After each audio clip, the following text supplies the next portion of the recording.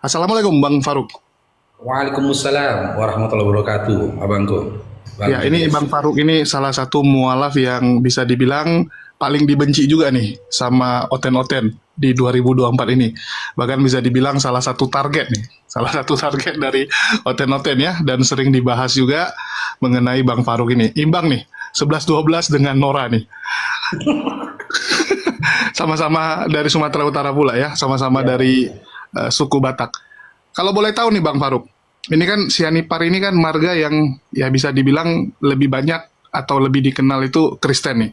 Bang iya Faruk ini betul. mualaf ya, Iya mualaf di 2012. 2012. Artinya udah cukup lama ya. Boleh cerita sedikit nggak Bang? Kan banyak yang belum tahu nih, Bang Faruk ini sejak kapan dan kenapa bisa jadi mualaf dan kenapa bisa ada di dunia debat? Oke, siap. Ya, assalamualaikum warahmatullahi wabarakatuh. Alhamdulillahirabbil alamin wassalatu wassalamu ala asrofil anbiya'i wal mursalin wa ala alihi washabihi rasulillah jamain. Amma ba'du. Ya, singkat cerita ini ya, Bang Faru ceritakan kisah mualafnya Bang Faru ini kembali ceritakan. Ya, sebenarnya sudah berkali-kali diceritakan. Ini kali ini Bang Faru sengaja buka komal untuk menceritakan kepada untuk apa Bang Dokter Akal. Ya, Ya, ini untuk untuk channel API ya. Jadi ya, teman-teman, ya ini khusus untuk API. ya. Jadi kisah ini bermula singkat ceritanya di 2009. Ya, sebelumnya Bang Faruk sampaikan, mualafnya Bang Faruk itu tidak ada intervensi dari siapapun waktu itu. Bahkan tidak ada yang mengajarkan Bang Faruk tentang Islam, tidak ada. Satu manusia pun di atas bumi ini tidak ada yang mengajarkan Bang Faruk ketika itu tentang Islam. Padahal pada waktu itu sebelumnya pun dari kecil sampai Bang Faruk itu besar, Bang Faruk terbiasa memang berteman dengan saudara-saudara kita yang Muslim. Itu Ya, tinggalnya di mana Bang? Memang di Medan atau dari daerah? Medan. Di Oh, Medan, Medan. waktu itu di Medan. Jadi singkat cerita di tahun 2009 itu bermula ketika Bang Faruk bersama teman-teman di suatu tempat. Ya, jadi waktu itu tempatnya nggak usah Bang Faruk sampaikan ya di mana tempatnya. Jadi ketika itu ada bisikan di dalam hati Bang Faruk, pemikiran lah. Ini perbuatanku ini perbuatan sia-sia ini. Kelak aku akan menikah.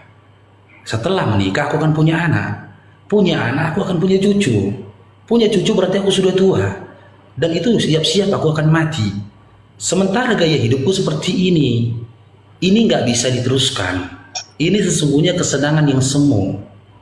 Ada pemikiran gitu Bang Julius kan dalam diriku. Oke, Ini artinya pemikiran dulu boleh diceritakan kenapa bisa kepikiran gitu? Artinya hidup Bang Faruk pun itu agak kacau gitu maksudnya. ya, iya kacau. Oke. Kacau. Karena dulu Bang Faruk itu punya materi. Nggak banyak ya, cukup mapan lah waktu itu gitu loh. Jadi Bang Faruk berpikir, aku harus kembali ke Tuhan. Jadi dulu waktu saya sekolah, saya ini termasuk yang aktif di gereja, Bang Julius. Hmm. Dari sampai saya SMA, setelah SMA saya bekerja. Nah, setelah saya bekerja itu saya tidak aktif lagi di gereja. Saya Karena sibuk dengan kesibukan. dunia. Oke. Gimana Bang? Ya karena kesibukannya ya. Iya, dunia itu tadi lah Bang. Namanya anak muda ya, pegang uang gitu Bang ya. Ya Foya-foya Medan sana lagi kan. sini itulah. Itulah yang membuat kita berpikir jadi jauh dari Tuhan. Hingga akhirnya waktu itu Bang Faruk ngekos. Ngekos di SM Raja, di Jalan SM Raja Medan. Tepat di depan UISU. Oh iya. Seberang Ya. itu. Di situ dulu Bang Faruk ngekos. Ya. Jadi akhirnya Bang Faruk berpikir untuk pulang ke base camp.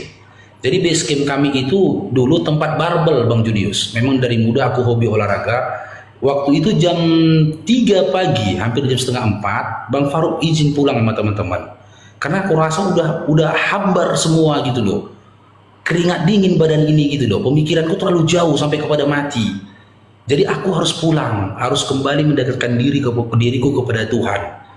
Tuhan dalam imanku waktu itu. Jadi saya kembali ke kos, saya berbaring di kamar kos, di kamar base camp. Saya berpikir-pikir, iya, sudah terlalu jauh aku ini jauh dari Tuhan.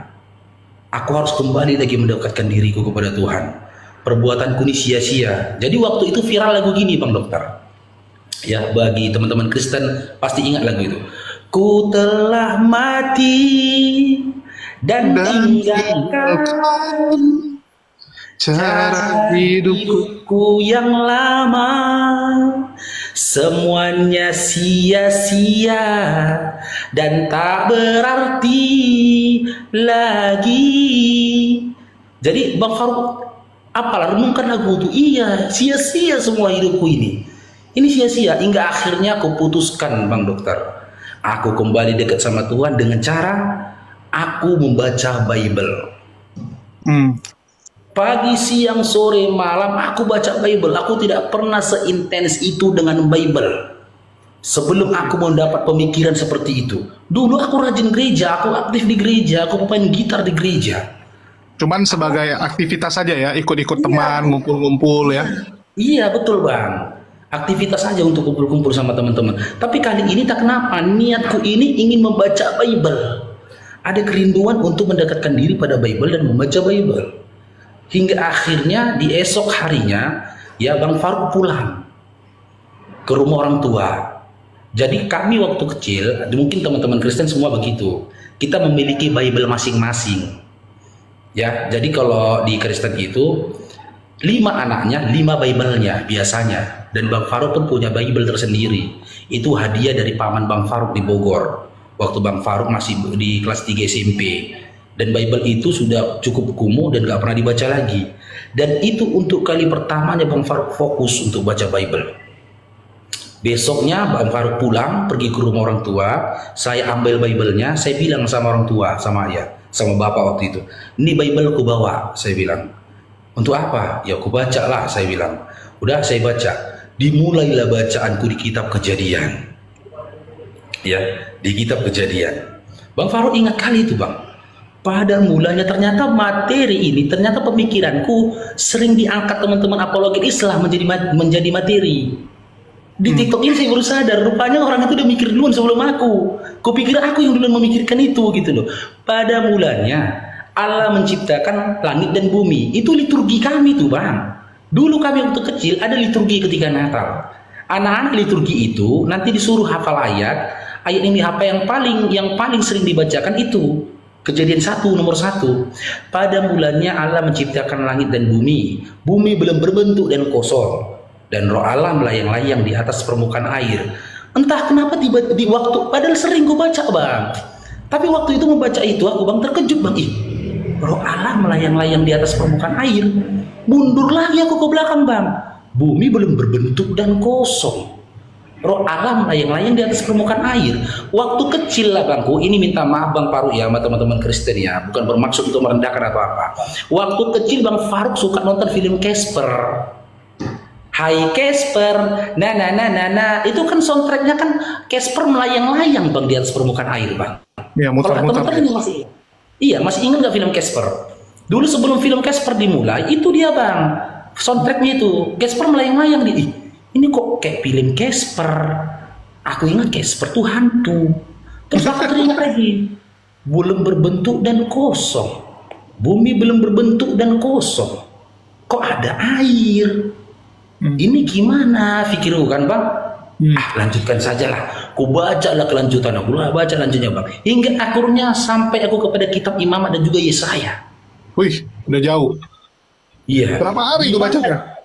Di mana di situ Bang, untuk kali pertamanya ternyata aku tahu Bang dalam Bible Bang, aku rajin gereja Bang.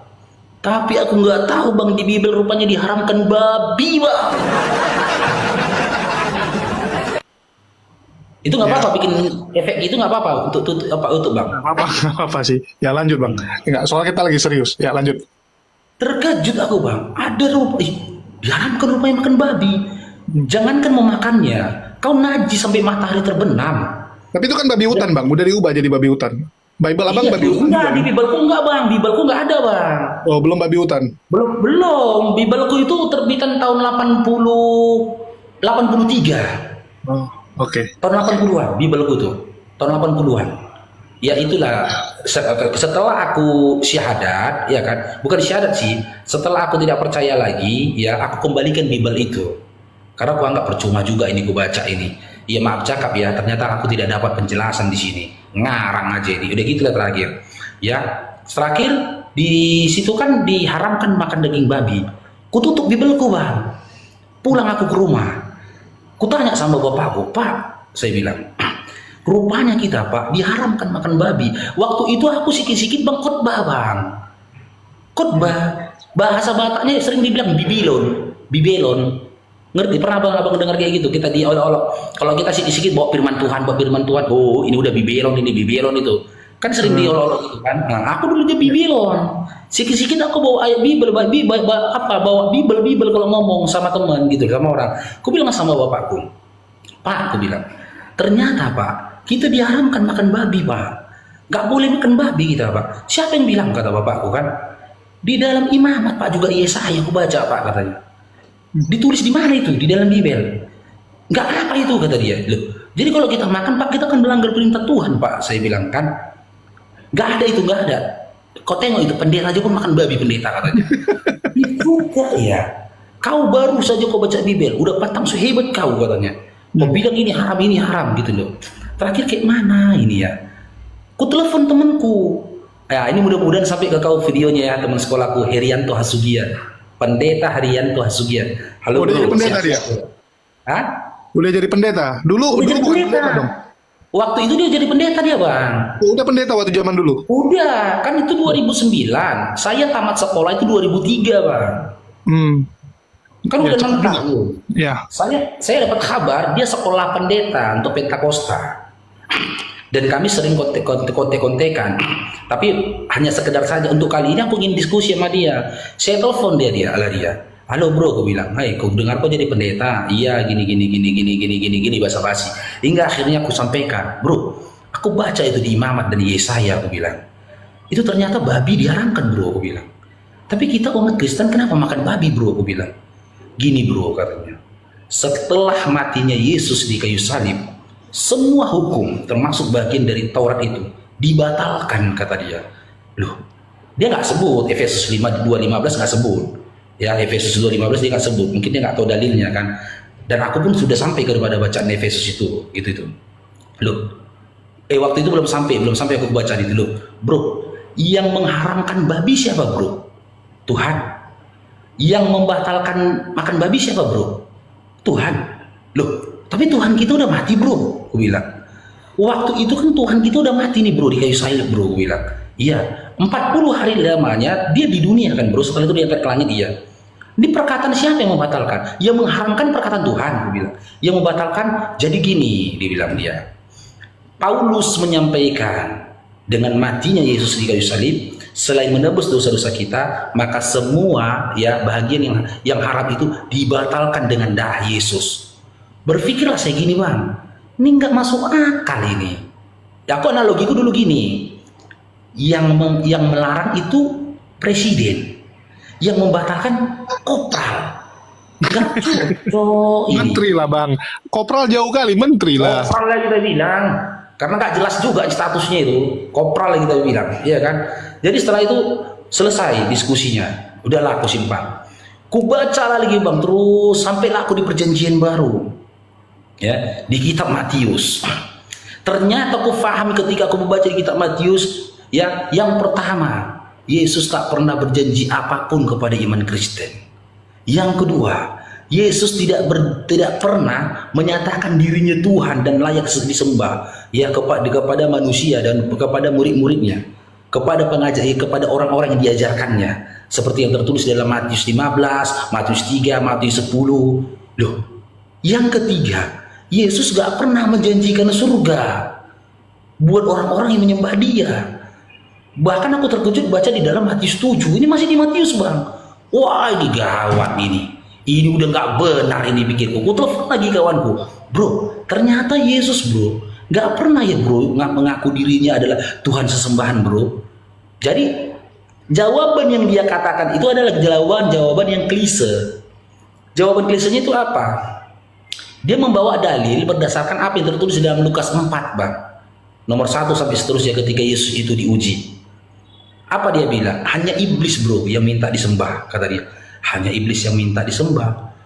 Jadi ketika Yesus bro gak pernah menyatakan dirinya Tuhan secara nyata, secara jelas, ya secara terang-terangan dan tidak minta disembah, bagaimana kita bisa menyembah dia bro? Aku bilang Iya, itu hanya iblis. Makanya kau baca di Lukas 4 nomor 1 katanya, seterusnya. Di situ kisah di mana Yesus itu diuji, di mana iblis meminta disembah oleh kepada Yesus, kata dia.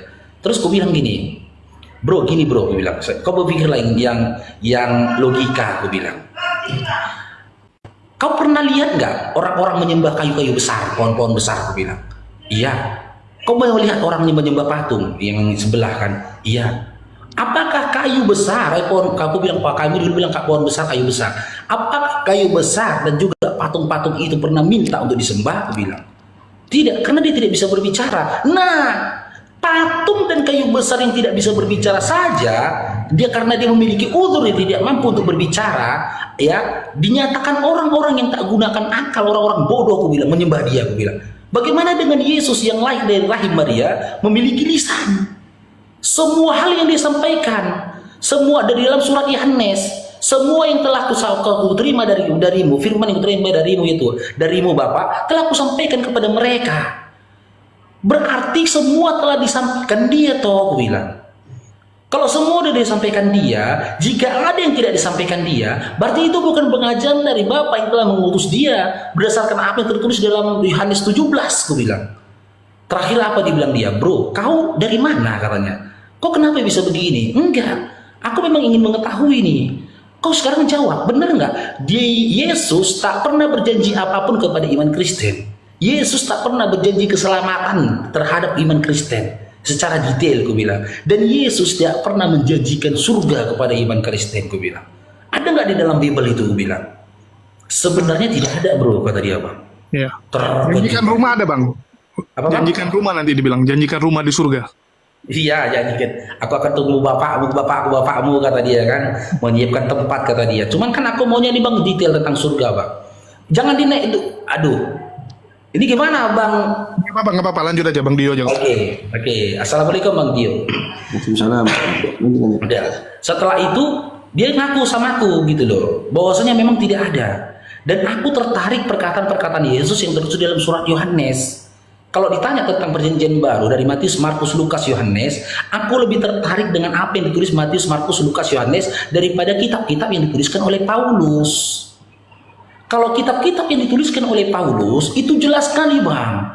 360 derajat berbeda dari apa yang telah disampaikan di dalam kitab perjanjian lama. 180 lah, Bang. 360 balik lagi nanti dia. Iya.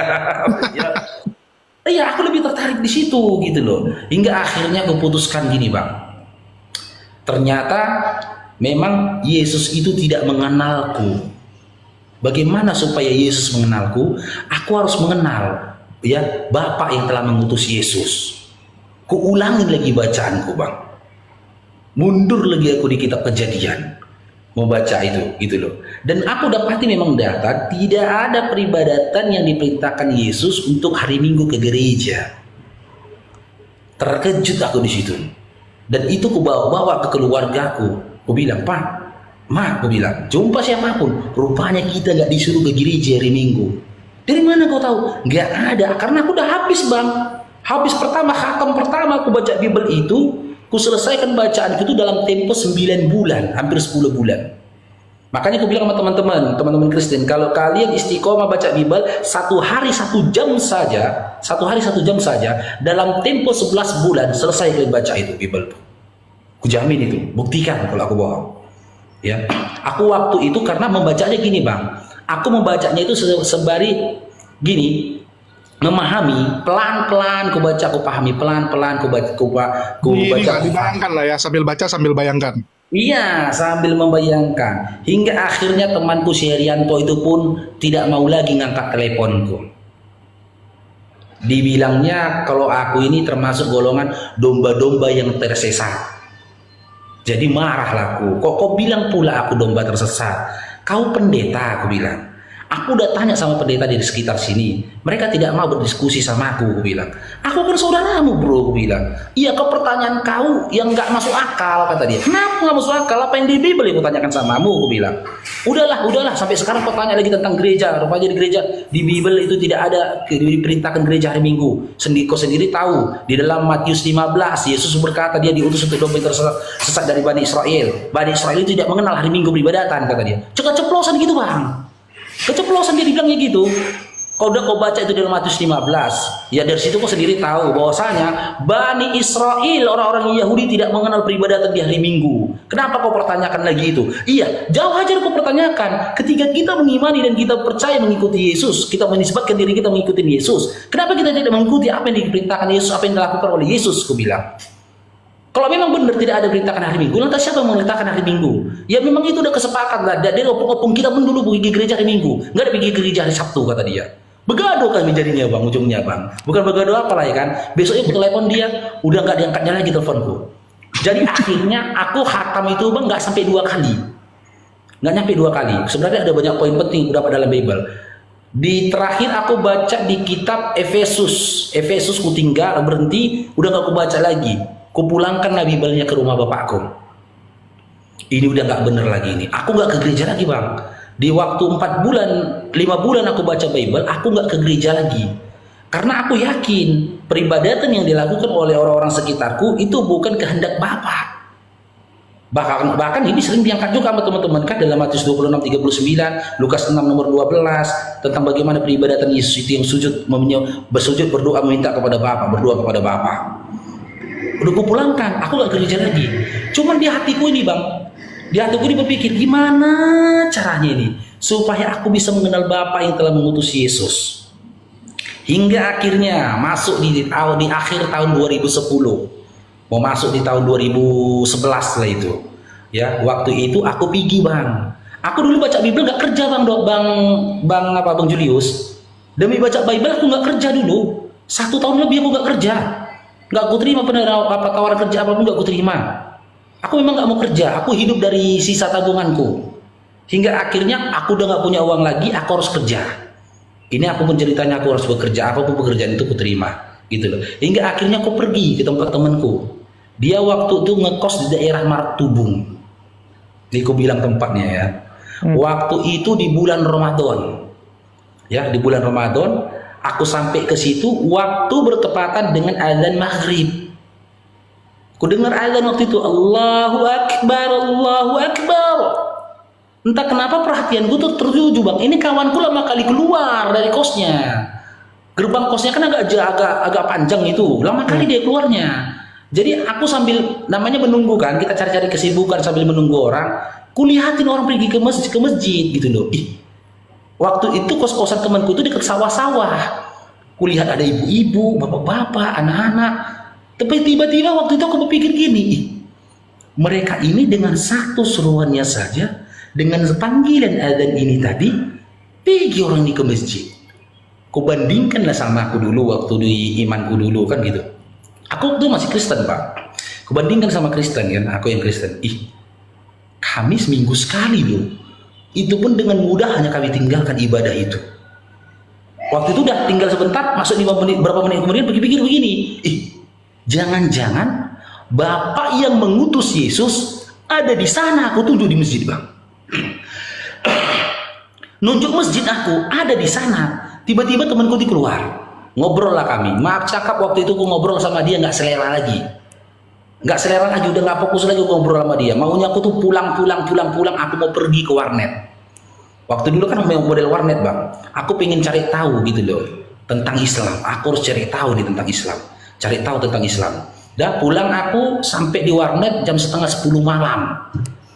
Inilah cikal bakalnya teman-teman gue bilang. Tidak ada yang mengenalkan Islam ke aku. Aku nggak lihat debat.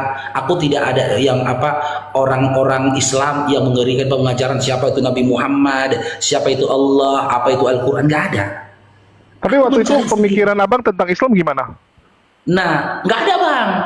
Aku buatku dulu pemikiranku agama tuh sama semua. Dulu ya, pemikiranku tuh sama semua. Dan memang aku, keluargaku, dan orang-orang sekitarku, aku tidak pernah mendengar perkataan yang mengarah kepada fitnah dan kebencian terhadap Islam. Khususnya Nabi Muhammad SAW di sekitarku, gak pernah aku dengar bang.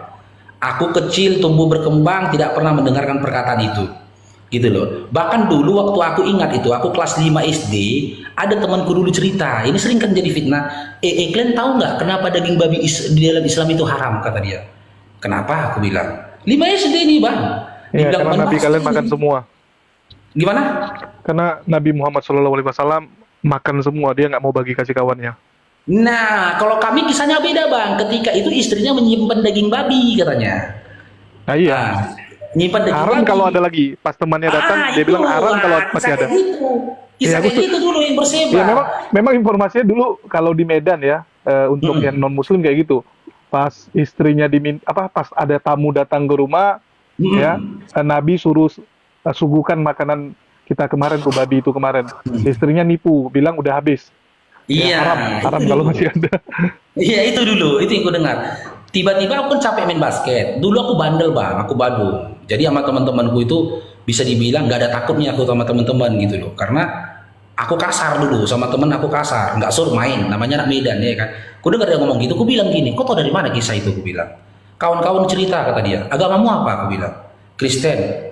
Kau Kristen aja pun kau ngerti apa-apa kau? Aku bilang.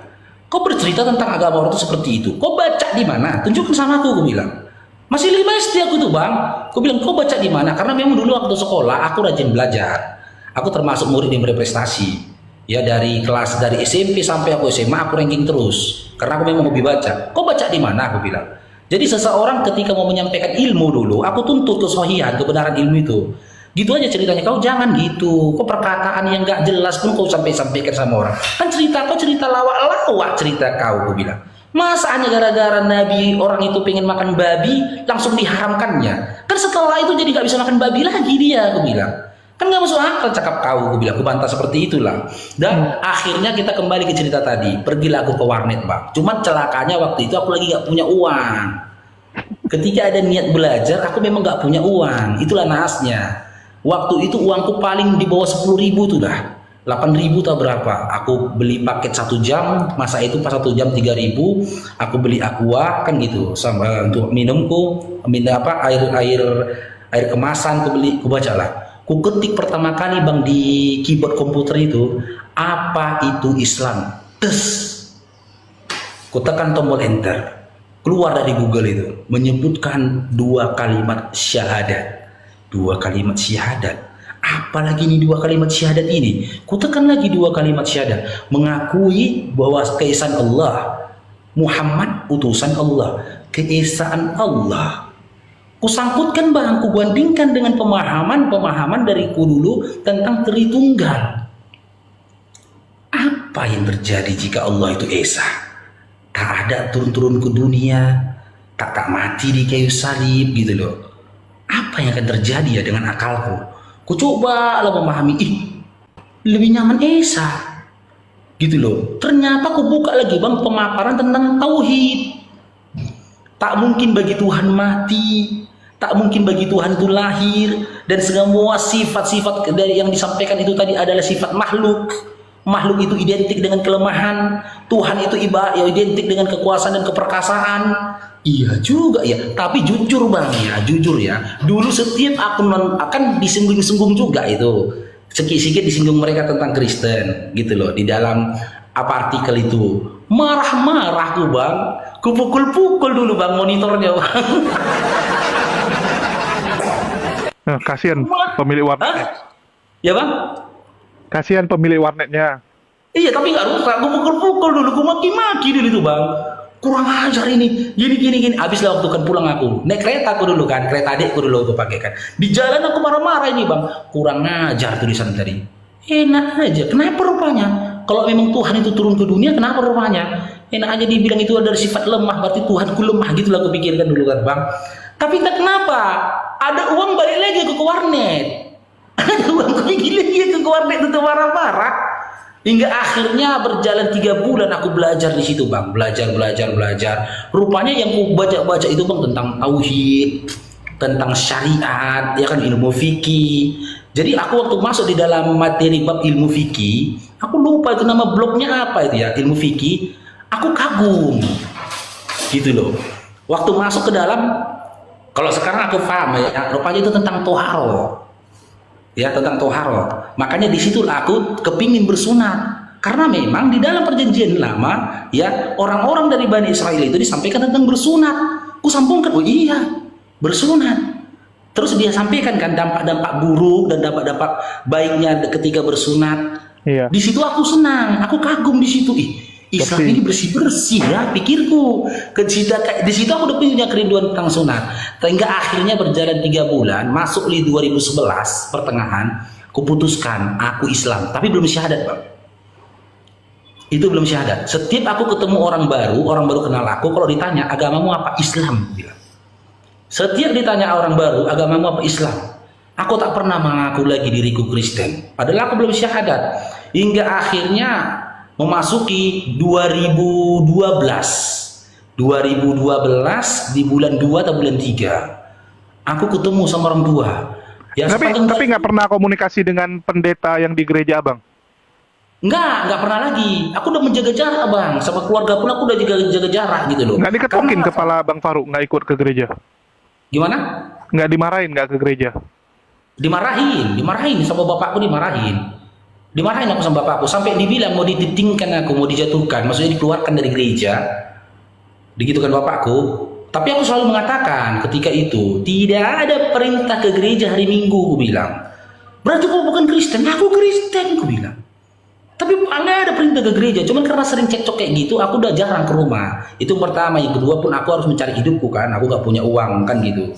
Aku namanya anak laki-laki, aku harus mencari hidupku. Tapi hidupku itu pun udah sempat bang, tinggal lagi itu tentang pemahaman Bible itu tadi. Hingga akhirnya 2012 di bulan 2 atau bulan 3 aku ketemu sama orang tua. Ada orang tua aku jumpa, dia bilang sama aku, agamamu apa? Islam pak, saya bilang. Loh, tapi kok Batak? Kayak mana kok bisa Islam? Terdiam saya. Kau mualaf? Diam saya. Kau masuk Islam? Iya pak, saya bilang. Kapan? Baru 2 minggu, saya bilang gitu. Kok bisa sholat? Enggak. Kok bisa wudhu? Enggak. Jadi kok bisa apa? Gak bisa apa-apa. Ih, terkejut dia. Kau harus belajar, kata dia. Setelah kau masuk Islam, kau harus belajar. Yang Islam kan inilah bang, perkataan itu adalah doa. Ini pelajaran teman-teman ya. Sebelum Islam, aku bilang sama bapak itu, tidak ada yang ngajarin aku pak. Betul, gak ada yang ngajarin aku. Tak ada yang peduli sama aku pak. Setelah aku Islam, betul, gak ada yang peduli sama aku. Hati-hati kita berkata. Aku jadi ketika di awal keislamanku dengan segala kesulitan itu, aku legowonya gitu. Inilah hasil dari perkataanku. Nyata, ini yang ku terima jadinya. Seakan-akan saudara-saudara muslim sekitarku itu gak ada yang peduli bang. Udah bisa sholat ini atau apa ini, gak ada yang peduli bang. Sampai aku sunat pun gak ada yang peduli. 2 tahun, hampir 3 tahun itu aku syahadat baru aku sunat. Itu pun karena dibayarin orang, karena aku gak punya uang untuk sunat. Sampai berkali-kali dulu kan aku cerita, setiap mandi mau kusilet aja kemaluanku supaya aku bisa sholat. Dulu pemikiran dulu aku seperti itu. Hingga akhirnya dibilang gini aja, kalau kau ketemu samaku, kata dia, nanti kau kasih kau kitab-kitab buku-buku ya, kata dia. Boleh pak, memang aku hobi buku baca kan gitu. Hobi aku membaca. Berapa hari kemudian ketemu sama bapak itu, betul kasihnya buku-buku. Ada 3 buku aku dikasihnya, buku-buku kecil, tipis. Aku baca bukunya hingga akhirnya di pemberian buku keberapa lah itu, diberinya aku rupanya juz amma. Yang sebelumnya aku dikasihnya kisah-kisah para nabi, kisah Nabi Muhammad SAW, cara-cara berwudu, cara-cara sholat, hingga beberapa lama kemudian kan sering berhubungan ini 3 bulan nggak salah, ya kan? Udah mau masuk itu di bulan berkisar di bulan 8. Waktu itu diberikan aku ternyata juz amma. Sekarang aku paham ya, apa juz 30, kitab kecil juz 30 sama artinya. Ku baca surah Al-Ikhlas. Qul huwallahu ahad. Katakan Muhammad, Allah itu Isa. Allah tempat meminta, Allahus samad, lam yalid wa lam yulad wa lam yakul lahu kufuwan ahad. Aku baca terjemahannya waktu itu, tidak beranak dan tidak diperanakan. Bermain ini bang akalku nih bang 2 bulan ini bang, berpikir ini, kalau Tuhan itu tidak beranak dan tidak diperanakan, ada apa dengan alam semesta? Ada apa dengan segala makhluk? Bahkan ada apa dengan diriku sendiri? Ternyata lebih nyaman pemahaman itu daripada Tritunggal yang masuk ke dalam diriku. Pecah saat itu juga bang, hancur saat itu bang. Ketika aku mengkaji-kaji tentang tidak beranak dan tidak diperanakan, tiada yang setara dengan dia, hancur semua bang. Sampai bayang-bayangan salib, bayang-bayangan gambar Yesus yang ada di kepalaku hilang. Ternyata itu bukan Tuhan. Dan itu bukan Bapa. Ketika aku membayang-bayangkan wajah Bapa yang telah mengutus Yesus, hilang semua. Karena apa? Setiap bayangan, kan ada penjelasannya juga nih bang, aku baca itu. Setiap bayangan apapun yang ada dalam pemikiranmu tentang Tuhan, itu bukan Tuhan. Kan nyaman. Nyaman bang. Kalau nggak bisa gila mikir-mikirkannya. Oh iya ya. Hingga akhirnya 2012 di bulan 10 di tanggal 9. Saya di tanggal 9 tanggal 8 saya telepon teman. Aku mau syahadat, aku bilang. Ih, serius kau? Iya. Tapi dengan catatan jangan beritahu siapapun, aku bilang. Jangan beritahu siapapun. Kawanku ini kan tahu keluargaku, tahu siapa aku. Dia bilang kalau memang tentang agama kok jangan main-main, kata dia. Enggak. Aku memang mau syahadat. Berapa bayarnya? Aku bilang. Padahal gak punya uang. Syahadat nggak bayar bro, kata dia. Oh iya, jadi apa yang kau bawa ini kalau kamu syahadat? Kau bawa aja pakaian hitam putih. Hitam putih waktu itu disuruh. Pinjamlah aku celananya ya kan, pinjamlah aku bajunya. Terus bawa KTP, kata dia. Itu aja, aku bilang. Iya. Pakai surat-surat pernyataan nanti sampai di sana, kata dia. Tapi bisa kan dibilang sama ustadznya itu, jangan diberitahu kepada siapapun, orang tuaku, nggak perlu hadirkan orang tua. Enggak, kata dia. Nggak perlu hadir. 2010 bulan 10 tanggal 10 2012 syahadat laku.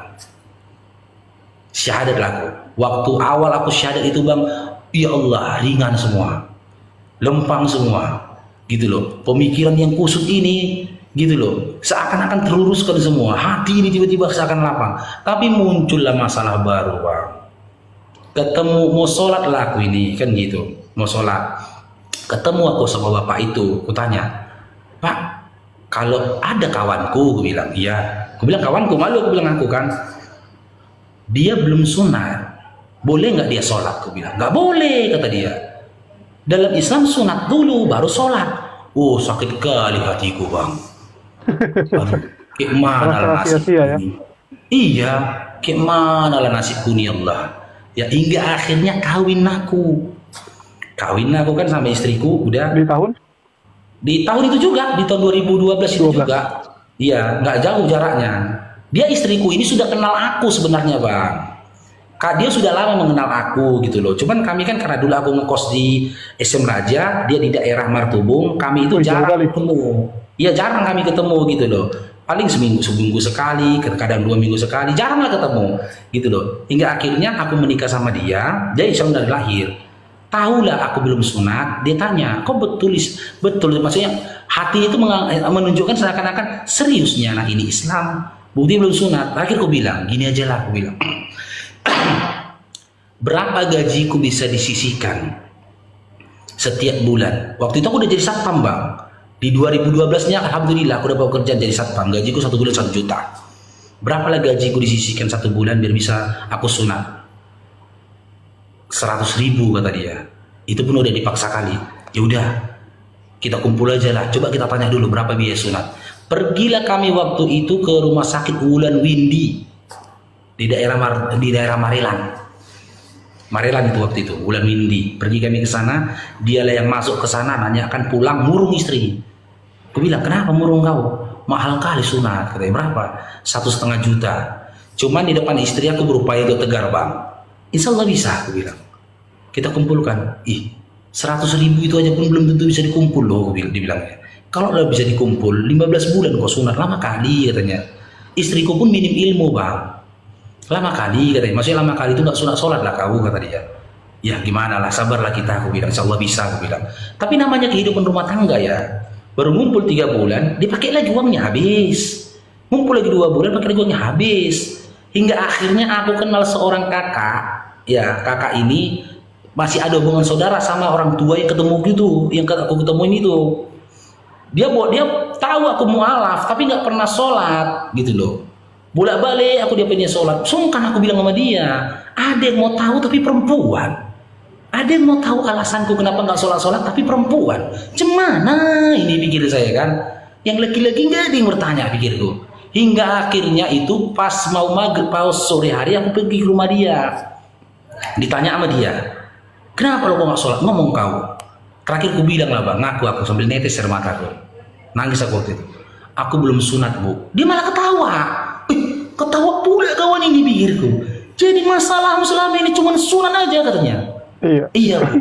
Ya kalau kita dengar juga ketawa bang. Ini penonton kalau dengar ketawa juga karena sunat itu kan apa ya, simple bagi kami ya gitu kan. Habis itu ada sunat nggak ikut sunat masal aja bang. Sunat masal. Pernah bang. Inilah bang ingatkan sunat masal. Dia bilang sama istri, kalau nggak kau ikut sunat masal.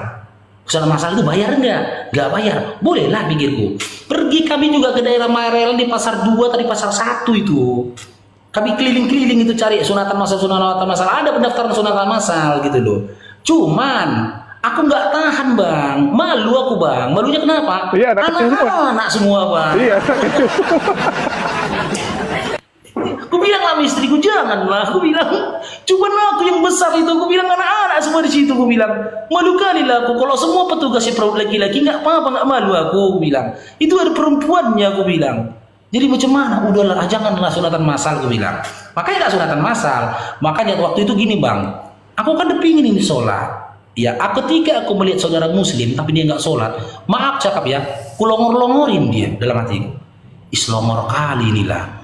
Ini nggak sholat, padahal dia ada sunat. Aku kepingin kali sunat. Tapi mau nangis aku nengok dia gitu, orang muslim dia nggak sholat. Aku sendiri gara-gara aku kan bilang kemaluan dari pidung, aku bilang karena pidungku ini aja aku suka, aku belum sunat jadi aku nggak bisa sholat, sayang kali ini pikirku. Jadi akhirnya dibilang dia di depan aku, ibu itu ditelepon dia dokter. Halo dok, kata ya. Ya, assalamualaikum dok, waalaikumsalam. Ini dok, ada ini temanku mau sunat, kata dia. Gimana? Masih anak-anak atau udah dewasa? Udah dewasa, keras lah ya katanya. Iyalah ketawa-ketawa orang itu kan. Yaudah berapa dok, kata dia. Sebelumnya dia tanya aku, tanya di rumah sakit itu berapa kemarin? 1,5 juta. Aku bilang sama dokter itu 1,5 juta. Oh iya dok, sama harganya, katanya 1,5 juta. Yaudah besok kau dijemput sama becakku, kata dia, tukang becak dia. Ya jam sekian, langsung kau dibawa ke sana. Pergilah aku sama istri bang. Terus sebelum pulang dia bilang gini, sebenarnya gini Faruk, kata dia. Cuman kayak mana aku jelaskan sama kau ya, kata dia. Sungkan aku jelaskan sama kau, harusnya kau tanya ini sama ustadz laki-laki, kata dia. Kenapa bu? Kau sebenarnya belum sunat pun kau boleh sholat, katanya. Tapi itumu itu sungkan diceritakannya bang. Menjelaskan fikihnya sungkan dia. Kau apakan dulu, kau bersihkan dulu, kata dia. Aku tahu lah maksudnya. Oh begitu, berarti boleh aku sholat bu? Boleh, kata dia. Ya Allah, hampir 3 tahun hanya gara-gara kebodohan ini, pikirku. Pulang aku dari rumah ibu itu bang. Nah, pulang aku dari rumah ibu itu, aku belum paham aku tentang fikih kan gitu, tentang mandi junub ya, namanya suami istri kan udah berapa, mungkin udah kemarin malam aku sudah berhubungan bareng sama istri kan, nggak pernah aku mandi itu, aku niatkan mandi junub dulu, nggak pernah bang, nggak ada yang ngajarin tentang itu bang, mandi aja, siap tempur aku di malam hari, paginya aku mandi aja, nggak ada mandi junub. Saking senangnya aku pulang aku dari rumah ibu itu, di tengah jalan suara adzan maghrib berkumandang, maghrib lagi, sholat pertamaku itu kulaksanakan di masjid daerah Tanjung Mulia di pinggir jalan. Oh senang kali, kalau wudhu aku udah pandai bang, udah diajarin istriku tentang tata cara sholat pun aku udah pandai, tinggal prakteknya saja gitu loh. Cuman namanya istriku pun minim ilmu, ya pemahaman yang dikasihnya nggak matang gitu loh. Siap aku wudhu, aku tengok orang sholat aku. Sholat pertamaku itu sholat maghrib, itu pun 5 rakaat. Hah? 5 rakaat? Iya bang, 5 rakaat. Kenapa 5 rakaat? Siap adzan, kan siap ambil wudhu aku, kan ada orang sholat bang. Oh, iya. Rupanya itu sholat sunat qobliyah bang. Lo kan nggak lanjut. Aku sholat maghrib niatnya. Aku kan dulu namanya baru belajar kan fasih apa ku hafal sholli. Gitu aku pembacanya ya kan. Terakhir pas aku di rakaat kedua, tahiyat aku rakaat dulu, ku tengok orang berdiri ditinggalkannya pergi menuju tempat imam. Orang ini ngapain? Kok ditinggalkan aku sendirian, pikirku kan. Apa ini? Yaudahlah, ikutin aja orang ini. Udah aku tinggalkan aja sholatku kayak gitu. Gabung lagi gabung aku ke tempat berjamaah itu tadi. Itu pun kulakukan karena semua mata memandangku. Oh iya, Semua kali mata malah bahkan udah batal itu 2 tuh. Gimana bang? Iya, lanjut nggak apa-apa. Semua mata mandangku, heran orang tuh mungkin kan, malu lah aku ditengokin kan, karena aku yang beda dari yang lain. Aku di satu sisi berpikir positifnya gini, pasti aku yang salah, karena dari semua orang yang ada di masjid ini, cuma aku yang kayak gini. Pergilah aku ke sana, ke sholat berjamaah itu. Cuman waktu berdiri aku di situ aku bingung. Ini niatku sholat apa lagi lah niatku ini. Tadi di sana aku udah sholat maghrib. Masa sih aku sholat maghrib lagi? Ini konsepnya kayak mana lah ini pikirku. Udahlah, gak ada cerita sholat maghrib aja lagi. Sholat maghrib aku pulang aku ke rumah. Aku bilang sama istriku, aku tadi sholat, aku bilang. Terkejut istriku, iya. Kok bisa sholat? Kok udah sunat kok rupanya? Nah ini ku ceritakan aku bilang. Besok aku sunat, aku bilang. Assalamualaikum Opung. Waalaikumsalam warahmatullahi wabarakatuh. Besok aku sholat, sunat, aku bilang kan. Oh iya, siapa yang bayarin? Ibu ini. Senang lah istriku, alhamdulillah katanya. Sholat kau tadi di mana? Di sana, aku bilang. Udah bisa kau. Cuman aku heran, aku bilang. Kenapa? Aku pertama sholat tadi kan sholat maghrib nih aku bilang. Iya kata dia. Siap itu waktu sholat lagi. Yang mana sholat maghrib? Istriku pun minim ilmu kan. Aku pun tak tahu yang mana itu sholat maghrib kata istriku. Jumat pertama bang, setelah aku sunat, bisa aku sunat kan sholat Jumat melakukan. Jumat pertama ini bang, aku lagi kerja, aku siap sunat kerja aku bang. Di tempat kerja kan, istirahat sholat Jumat. Pikirlah aku Jumat pertama ini, sholat Jumat pertama, ya kan. Aku sholat Jumat pertama aku bang, ya sholat Jumat aku 6 rakaat. 6 rakaat aku bang sholat Jumat bang. Wallahi 6 rakaat aku sholat Jumat. Pusing kepala aku dulu bang, yang mana Jumat bang? Ambil wudhu, aku dititipin pesan sama istriku. Kayak mana sholat Jumat? Aku bilang. Penting gini aja lah katanya. Sholat Jumat itu 2 rakaat. Iya. Karena memang di buku itu aku baca Jumat itu 2 rakaat. Iya. Penting kau jangan pulang sebelum semua orang pulang kata dia. Oh gampang lah. Jangan pulang sebelum semua orang pulang. Sholat Jumat 2 rakaat, gampang pikirku. Pikirlah aku sholat Jumat, wudhu. Kan udah ada sholat orang bang. Wah inilah sholat Jumat. Niat sholat Jumat aku bang. Udah ucap salam. Di belakang istriku jangan pulang. Nggak pulang aku, duduk aku. Setelah itu kan adzan, sholat. Waduh ini mana lagi? Yang mana lagi sholat Jumat ini aku? Masa sih aku sholat Jumat lagi? Kemarin aku sholat maghrib 5 rakaat. Ini mau berapa rakaat lagi aku sholat Jumat ini? Kayak mana ini? Dibilang istriku 2 rakaat. Aku mau tanya orang, malu aku bang. Udahlah bantai lah sholat Jumat lagi aku. Mana yang penting semuanya Jumat. Satu pun yang benar, udah syukur itu aku bilang. Sholat lagi aku bang. Tak pulang orang kan? Ya rupanya itu qobliyah kan? Qobliyah Jumat yang pertama tahiyatul masjid. Naiklah ke mimbar ustadznya, dengerin lah kan gitu. Aku pesan istri itu saja, jangan pulang sebelum semua pulang. Sudah, akhirnya siap khatib itu kan iqamat kan gitu. Pergi ke tempat imam, sholat lagi bang. Oh, itu yang salah niatnya aja ya. Gimana? Niatnya aja yang salah artinya ya. Iya. Rakaatnya tadi kan karena niatnya salah. Oh, yaudah. Iya. Yang mana ini sholat Jumat? Udah nggak fokus lagi lah aku bang. Udah cuma mana lah yang ku rasakan kan gitu. Udahlah sholat Jumat lagi lah aku nih pikirku. Ku tengok orang udah berpulangan kan. Nah inilah pulang pikirku. Pulang lah aku. Ya kan pulang kerja aku tanya sama istriku. Dek, sholat Jumat sebenarnya berapa rakaat? 2 katanya. 6 loh aku bilang. 2. Mana pernah sholat Jumat 6 rakaat? Kok kayak mana? Kau yang betul lah. Kau kata istriku 6 loh dia. Aku bilang. Kau tengok ya. Aku wudhu. Iya. Siap kau wudhu ada orang sholat. Sholat. Cuman kau yang sholat apa semua orang sholat? Orang semua sholat kau bilang. Jadi sholat kau semua kayak orang itu juga sholat. Siap kau sholat kau ngapain? Pulang kau? Enggak. Duduk aku di situ aku bilang. Nah terus ada azan ku dengar aku bilang. Ya terus habis itu orang sholat. Kau sholat juga? Sholat aku bilang. Terus ada ustadz aku bilang. Dia ceramah aku bilang. Siap ceramah sholat aku bilang. Berapa rakaat? 2 rakaat. Jadi berapa rakaat? Gue bilang sama istriku. Jadi berapa rakaat itu? 6 katanya. Kan 6 rakaat kan? Kan 6 rakaat kan? Coba gue cari tahu dulu bilang. 6 rakaat atau 2 rakaat? 2 loh. Gak ada sholat Jumat 6 rakaat. Jadi kayak mana aku ini? Gue bilang. Kayak mana aku ini? Gue bilang. Terakhir udah gini aja lah. Udah gue gak usah malu-malu lah kata dia. Padahal ini udah jalan ke hampir 4 tahun aku bang mualaf gitu bang. Udah mau jalan 4 tahun itu. Kau gak usah malu-malu lagi. Dah bilang sama temenmu bahwasanya kau belum ngerti sholat. Ya udahlah, cuma depan nanti begitulah. Aku kan dulu dandur bang, udah dandur lah dulu aku kan di security. Jadi anggota aku tuh kutanya, apa bulan, kau nanti sholat Jumat? Iya dan katanya, sama kita ya.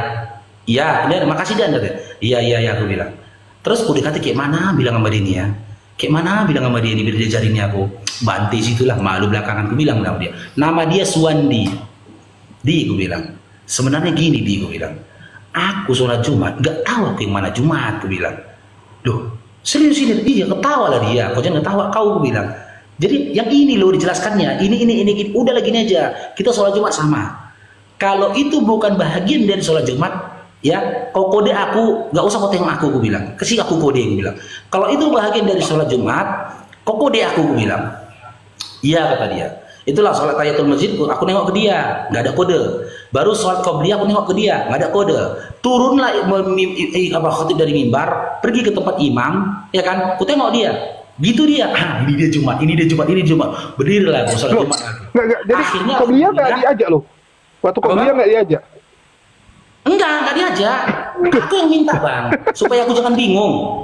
Aku bilang apapun ceritanya, kan dibilang dia nilai itu sunnah kata dia. Kalau nggak dikerjakan nggak dosa kata dia. Dulu peganganku itu. Yang penting mana itu Jumat itu yang kau kasih tahu sama aku bilang. Kan gitu. Iya katanya. Jumatnya aja lah aku ikut. Udah pandai lah aku sholat Jumat bang. Oh yang itu Jumat. Setelah khotib turun mimbar, oh itu yang Jumat. Baru dia cari-cari dia juga kan. Itu yang itu namanya qobliyah katanya. Itu namanya tahiyatul masjid katanya. Oh, mulailah aku sholat seperti itu gitu loh. Aku jalankan sunnahnya. Hingga akhirnya di masjid yang sama ada khotib yang naik mimbar. Di dalam khutbah Jumatnya itu dia mengatakan satu perkataan, dengan ilmu Allah kau kenal, dengan ilmu Allah kau sembah. Terpukul aku bang, iya ya. Aku dulu mengenal Islam ini dengan ilmu melalui perjalananku yang panjang ketika aku memahami Bible. Hingga aku mengenal siapa penciptaku, aku bilang. Menyembahnya aku harusnya dengan ilmu juga lah. Berarti aku harus belajar. Di situ aku berpikir, aku harus belajar. Pulanglah aku ke rumah dari kerjaan. Aku bilanglah sama istriku, aku dengar Ustadz ngomong waktu sholat Jumat tadi, dengan ilmu Allah kita sembah, kenal, dengan ilmu Allah kita sembah. Berarti aku harus belajar, aku bilang kan.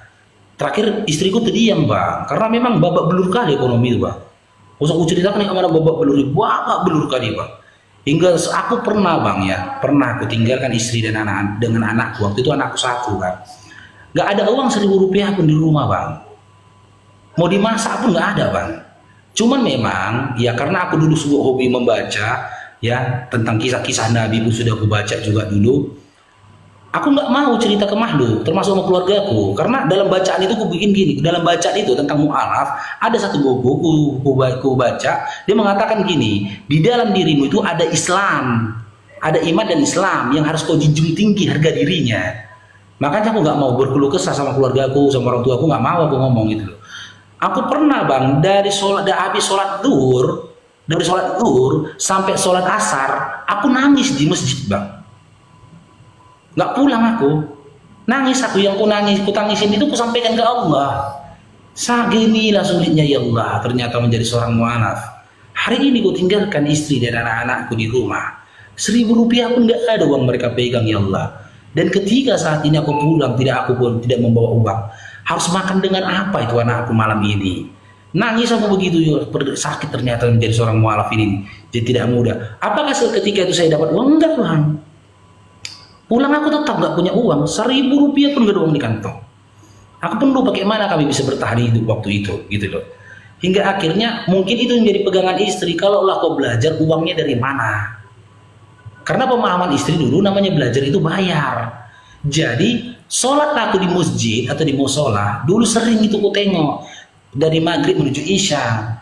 Setelah sholat mereka nggak pulang, mereka bikin majelis kumpul begitu. Ku dengar ada yang ceramah. Aku pingin gabung bang, ternyata kan majelis taklim. Aku pingin gabung, cuman aku minder gitu loh, takutnya bayar. Kalau lah waktu itu ada bahasa misalkan 10.000 seorang gitu loh, aku pikir begitulah majelis taklim itu, bayanganku. Udah jelas, aku mundur, nggak punya uang aku gitu loh. Makanya aku pulang hingga akhirnya aku dulu memang jujur bang, kekuatanku tuh doa. Kekuatanku tuh doa.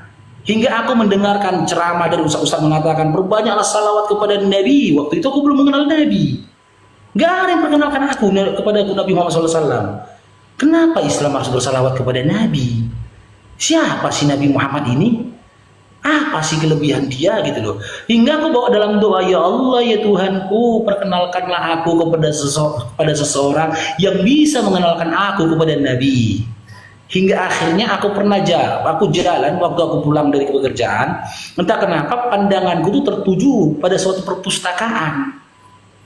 Dan perpustakaan itu perpustakaan itu nama perpustakaannya Islami. Gitu loh. Dan ku tengok di bawah tulisannya gratis. Seneng aku bang, gratis seneng aku dulu gratis. Gratis lah, masuk aku ke dalam. Ini kisahnya nyatanya. Bang Iya, Farok, saya potong dulu ya Bang Farok sebelum Bang. lanjut. Saya menanggapi dari awal tadi ikut saya mendengar. Pertama tentang sunat, ada mengatakan kalau tidak sunat nggak boleh sholat. Iya. Nah, terus kemudian dokter yang menyunatnya mengatakan boleh, tapi harus dibersihkan semua dari kulup-kulupnya itu benar. Yang pendapat dokter itu adalah betul. Jadi supaya nanti netizenmu yang di room ini ada hampir 1000 ini supaya tidak sesat, supaya tidak Iya. gelap, supaya saya terangkan sekarang itu boleh. Namanya pun sunnah. Asal kata sunat itu kan sebenarnya sunnah. Melakukan perbuatan itu mendapat pahala. Itu namanya sunnah kan. Iya. Nah, oleh karena itu tadi si Bapak yang menyarankan demikian itu, yang selama kau tidak sholat, bebankanlah kepada dia. Tolong minta ampunin dulu itu kepada yang bersangkutan. Mudah-mudahan dia masih hidup, agar dia lega. Karena kata-kata dia itu menjadi beban tanggungan sholat dirimu. Iya. Dialah yang menanggungnya itu. Karena dia memberikan ajaran tidak pada tempatnya, ataupun boleh katakan itu sesat.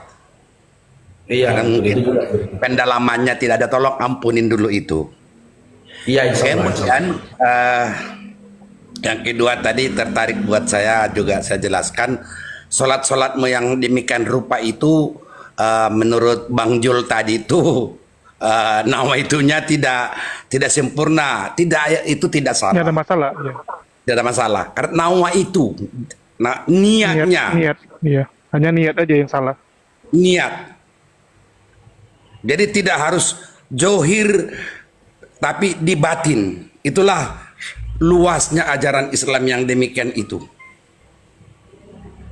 Zohir karena kau tidak bisa mengucapkan takbirnya, tapi batinmu aku sholat. Sholat itu doa. Sholat itu mendekatkan diri pada Allah. Begitu sujudmu dan air udukmu itu sendiri, tetesan air udukmu itu mengampuni semua dosa-dosa yang kau perbuat.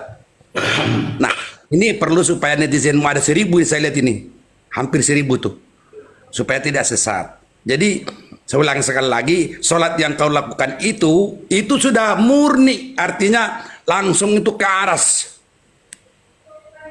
Ke aras itu bukan lagi mungkin sholatku belum tentu masuk ke aras. Kenapa? Karena tergantung pada amal ibadah yang kulakukan. Tapi karena Bang Farok itu belum tahu cara-cara dan sebagainya itu, termasuk doa mengambil air wudhu. Tapi itu semua aras langsung mencatat, langsung ke langit yang ketujuh itu doa itu. Makanya Ya. doamu alhamdulillah insya Allah berjalan sedemikian rupa. Tapi memang kegelapan tidak ada yang menuntun, harus mencari sulu sendiri. Wah, ini luar biasa mualaf yang satu ini. Inilah yang salah satu yang bagi saya batin saya ini, kalau ada yang mualaf tolong beritahu supaya tidak sesat, bukan sesat maksud Iya. saya. Salah paham. Kegelapan yang demikian itu kita berikan penerangan. Rezeki yang ada pada diri saya insya Allah saya bisa saya bagi, karena rezeki yang kudapatkan itu mungkin hanya sebagian untuk milikku. Rezekiku itu ada milik orang lain, dan tidak semua saya punyai. Siap. Dengarkan. Saya ulang sekali lagi, rezeki yang saya dapat itu bukan milikku seluruhnya, tapi hanya sebagian yang saya punyai. Ya, Dan sebagian lagi orang lain. Nah, termasuk orang-orang malap seperti demikian. Masya Allah. Saya sangat sedih mendengarkannya, tapi ketawa di hati saya. Mungkin si Ju juga ketawa. Tapi itulah mungkin salah satu perjalanan mempertahankan akidah. Makanya wajahnya Bang Farouk itu cerah, terang. Karena wajah ini kan cerminan hati. Hatinya Bang Farouk itu cerah, bersinar, bercahaya seperti wajahnya Bang Jul ini, walaupun dia tidak open cam. Mukanya itu bercahaya banget itu Bang Jul ini. Tapi nggak usah open cam Bang Jul, nggak usah. Ya. Tapi memang itu, dan itu sudah merupakan janji Allah itu. Kuberikan kepadamu cahaya wajahmu sesuai dengan hatimu. Nah itu gambar, jadi bukan gambaran sebenarnya. Itu sudah merupakan pertanda keimanan akidah seseorang itu. Masya Allah. Kalau hatinya bersih, katakanlah salah satu contoh. Kewajiban kita yang 5 waktu. Coba tidak putus-putus. Kalau perlu tambahi rakaatnya dengan sunnah qalbiyah tadi. Itu pancaran di wajah itu kelihatan. Tidak harus ngaku-ngaku aku sholat, aku berdoa, aku ini, aku itu. Tapi hatinya kotor. Tetap aja wajahnya kotor juga. Apalagi makanan tidak terjaga. Nah, Bang Jul ini, waduh, cahayanya luar biasa. Lebih dari Bang Farouk cahaya Bang Jul ini. Wajahnya berseri-seri. Skincare-nya bagus. Nggak usah open cam Bang Jul. Ya, kita lanjut nih Pung ya. Kita lanjut Pung ya. Sedikit lagi nih Pung. Lanjut. Oke, kita kembali kepada perpustakaan tadi ya. Hingga akhirnya, ini wallahi teman-teman, nyata ini teman-teman. Allah langsung jawab doaku ketika aku minta supaya dikenalkan kepada Nabi Muhammad SAW. Kulangkahkan kakiku ke perpustakaan itu, langsung begitu banyaknya buku Bang. Tertuju langsung mataku kepada sebuah buku yang covernya warna putih, tulisannya warna hitam, yang judulnya Mengenal Sang Junjungan Nabi Muhammad Sallallahu Alaihi Wasallam. Segini tebalnya Bang. Itu dia pikirku. Pergilah aku ke situ. Pas aku ambil bukunya, aku pegang gitu kan. Senang kali aku dapat bukunya ini. Tapi aku baca tulisan. Ada tulisan di perpustakaan itu. Tidak boleh dibawa pulang. Habis aku pikirku. Gimana buku setebal ini nggak boleh dibawa, harus dibaca di sini? Nggak akan habis. Nggak akan habis. Tersitalah waktuku nanti habis sudah minyakku. Dulu aku nggak punya uang Bang. Hitung-hitungan aku dulu. Habis nanti minyakku Bang. Hanya membaca datangin ke tempat ini pikirku. Hingga akhirnya, aku punya senjata. Ini kali pertama aku manfaatkan kemualafanku. Kali pertama ini teman-teman ku manfaatkan kemualafanku. Karena aku tahu kan, seorang muslim jika dikatakan ada saudara barunya mualaf, mereka akan memudahkan urusan seorang mualaf.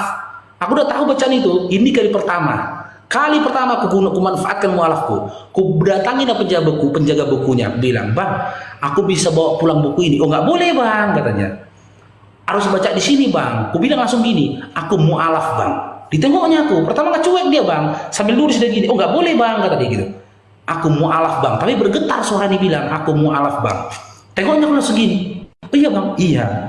"Berapa lama Bang mualaf?" "Sudah 2 tahun lebih Bang," aku bilang. "Itu nggak mualaf Bang," kata ya. "Iya Bang, ini aku mau belajar Bang," aku bilang. "Boleh Bang, boleh. Dikasihnya, "Boleh Bang pulang, boleh Bang, boleh." Terakhir ada dua buku lagi kan yang aku suka, yang kalau aku ambil 2 lagi boleh Bang? Boleh. Ambil. Tapi nanti aku minta alamat rumahmu dan juga nomor teleponmu, kata dia. "Iya Bang," aku bilang. "Iya, aku bawa pulanglah buku ini." Ingat teman-teman ya, penasaranku tentang Nabi Muhammad SAW. Ku bacalah buku ini, ternyata kisah Nabi Muhammad SAW dimulai dari Aminah, ibunya itu hamil sampai dia meninggal dunia. Nah, yang jadi poin penting buatku itu, yang jadi apa yang ku ingat memori ini, jadi perbandingan buatku ketika dia meninggal dunia. Dikisahkan dalam buku itu, aku lupa Bang nama penerbitnya siapa waktu itu. Ketika malaikat Jibril alaihissalam mendatangi Nabi Muhammad SAW saat Nabi Muhammad SAW sudah merasakan sakaratul maut. Waktu ku baca di perkataannya bang, wahai Jibril, beginikah pedihnya sakaratul maut wahai Jibril. Aku belum baca ke bawah bang, aku langsung terpikir loh, Nabi kok merintih kesakitan juga merasakan sakaratul maut. Masa Nabi merintih kesakitan merasakan sakaratul maut? Tapi kekasih Allah, ku baca bang di bawahnya bang, nangis aku di situ bang. Apakah seperti ini sakaratul maut yang akan dirasakan oleh umatku Jibril, kata Nabi. Ya Rasulullah, bahkan dimudahkan atasmu. Ini perkataan terakhir ini, bawahnya lagi bang, pahit kali bang, ku dengarkan bang. Ya Jibril, sampaikan kepada Allah, timpakan semua pedihnya sakaratul maut umatku kepadaku. Jibril, kata Nabi di situ bang. Di situ nangis aku bang, ya Allah. Aku kalau cerita ini nggak bisa tahan aku. Serem kali orang ini, ku bilang. Orang ini ku bilang, gara-gara aku baca buku itu, ku bilang bukan Nabi kan. Serem kali orang ini, ku bilang. Karena aku bandingkan bang, aku bandingkan ini, maaf ya teman-temanku ya, teman-temanku Kristen ya. Yesus yang dulu ku sembah bang, ketika dia mau mati di kayu salib bang, dia bilang Eli Eli lama sabachthani, Tuhanku kenapa kau tinggalkan aku. Dia merintih kesakitan atas dirinya sendiri bang. Tuhan dia loh bang, kesakitan dia saja ditangisinya bang. Gak ada diingatnya pedihnya sakit sakaratul maut orang yang disalib di sebelah kanannya. Gak ada diingatnya pedihnya sakaratul maut orang yang di sebelah kirinya. Jika pada saat itu dia Tuhan di sebelah kanan dan sebelah kirinya itu adalah umatnya, itu adalah hambanya bang. Gak dipikirkan sakaratul maut dari sisi kiri dan sisi kanannya bang. Tuhan dia loh bang, Tuhan dia. Wah ini jarang, nggak pernah kita pikirkan nih bang. Baru bang Itu Faruk yang aku kupikir dengar. dulu bang. Tuhan dia loh bang, gak dipikirkannya. Hanya sakitnya aja dipikirkan. Tapi berhenti dia Eli Eli lama sabachthani, Tuhanku kenapa kau tinggalkan aku. Ini Nabi Muhammad SAW. Berapa miliar manusia di atas bumi ini, ya Allah, aku bilang. Ya Allah, berapa miliar manusia di atas bumi ini harus ditanggung Nabi Muhammad SAW. Ini kematian kami semua, pedih sakaratul maut kami semua. Ini manusia apa ini, ya Allah? Ini luar biasa ini. Aku menangis waktu itu bang. Ya Allah, ngeri kali ini pikirku. Sampai sujud aku waktu itu bang, nangis aku bang. Nangis aku sujud, ya Allah. Kenapa baru ini kau perkenalkan aku dengan manusia yang luar biasa ini? Aku bilang, dia ini bukan aku langsung katakan bang, ini bukan Nabi umat Islam. Dia ini Nabi seluruh manusia ini, ya Allah. Bayangkan bang, sakitnya sakaratul maut satu orang aja bagaimana pedihnya bang. Riwayat menceritakan bagaikan kambing dikuliti bang. Ini Nabi Muhammad SAW mau menanggung semua sakaratul maut umatnya. Gak ada apa-apanya kok Yesus gitu aku dulu bang. Waktu membaca itu aku bilang, aku teriak ngomong sendiri, aku orang gila bang. Gak ada apa-apanya kok Yesus dengan Nabiku Yesus. Gak ada apa-apanya kok Yesus dengan Nabiku ini ya Yesus. Aku bilang, Nabiku ini pejantan, Nabiku ini kesatria. Dia mau menanggung sakaratul maut. Ku tidur di sebelahku, istriku dengan anak-anakku bang. Ku ingat kematian istriku, ingat kematian anakku. 1400 tahun lamanya aku baru ada. Tapi 1400 tahun yang lalu Nabi Muhammad SAW sudah mengingatkan pedihnya sakaratul mautku bang. Sudah ditanggung dia pedihnya sakaratul mautku 1400 tahun yang lalu. Dan aku merasa bersyukur ketika aku berusia 28-29 tahun namanya. Kan luar biasa itu bang. Luar biasa bodohnya aku ini pikir waktu itu bang. Hingga akhirnya disitulah baru terjawab semua dari buku itu. Terjawab semua kenapa memang Nabi Muhammad SAW itu kita harus bersalawat kepada Nabi. Karena begitu mulianya Nabi Muhammad SAW. Memang begitu mulianya akhlaknya. Memang pantas di dalam Al-Quran dikatakan sudah ada suri tauladan. Jika hanya membaca kisah ketika Nabi berbuat baik kepada orang yang berbuat jahat kepada dia, itu biasa bang. Waktu itu aku membacanya biasa, tapi ketika sakaratul mautnya Nabi Muhammad SAW, aku bandingkan dengan kematian Yesus di kayu salib. Di mana waktu itu Yesus merintih kesakitan. Nabi tak sebutkan sakit kali kematianku Jibril. Sakit ini ku Jibril. Di dalam Bible aku ingat ketika Yesus itu dipukul wajahnya. Kenapa kau memukul aku? Nggak terima dia dipukul bang. Nggak terima dia dipukul. Dia pun nggak terima dia dipukul. Dia merasakan sakitnya. Kenapa kau pukul aku? Tapi Nabi Muhammad SAW di ujung hayatnya dia tidak mengatakan, ya Allah kok pedih kali sakaratul mautku. Nggak ada begitu bang. Alhamdulillah setelah itu semakin bertambah bang kecintaanku terhadap iman dan Islam, terkhusus kepada Nabi Muhammad SAW. Aku semakin suka membaca-baca kisah tentang Nabi, sehingga ketika aku bersalawat, aku kembalikan bukan aku mendoakan Nabi, tetapi aku berharap doaku ini kembali kepada diriku tadi. Bahkan ini bang, ini perkataanku nih bang ya, bahkan seandainya saja, ini seandainya Nabi Muhammad SAW itu bukan seorang Nabi, dikehendaki Allah, aku tetap berjasa kepada dia karena dia mendoakan aku ketika dia menghadapi kematiannya. Luar biasa. Jadi ini bisa diperbandingan buat kalian teman-temanku Kristen. Perbandingan buat kalian.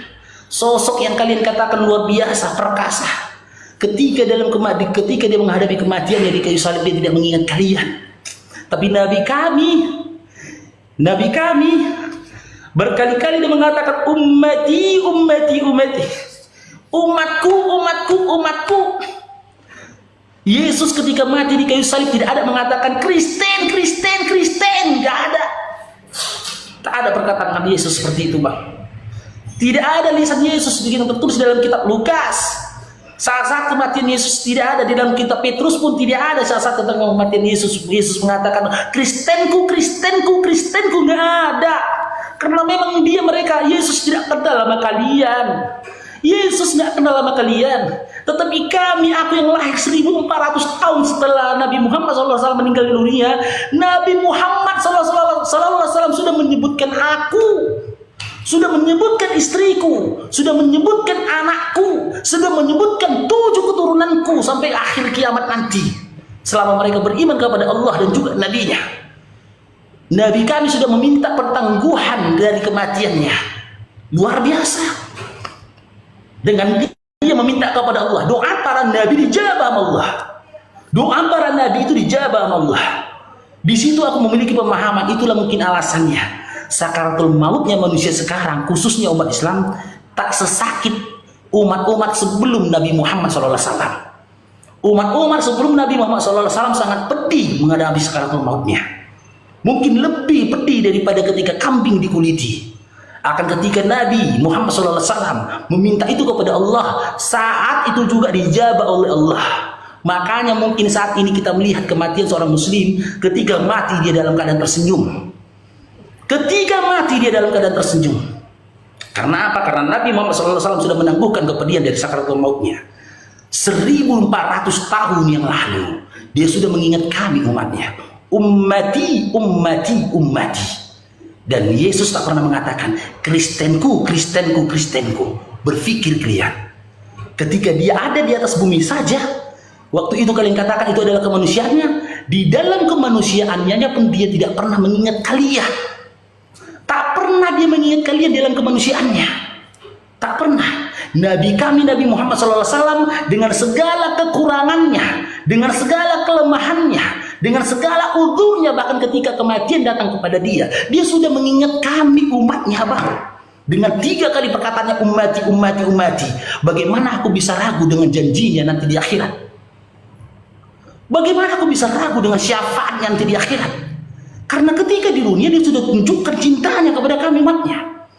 Bahkan ketika sakaratul maut datang kepada dia, tak akan mungkinlah lagi aku ragu bang dengan janji syafaat yang diberikan kepadaku nanti di akhirat. Sudah pasti, karena sudah ada bukti. Karena ketika dia mati yang diingatnya kami. Sementara kalian berpikir teman-teman.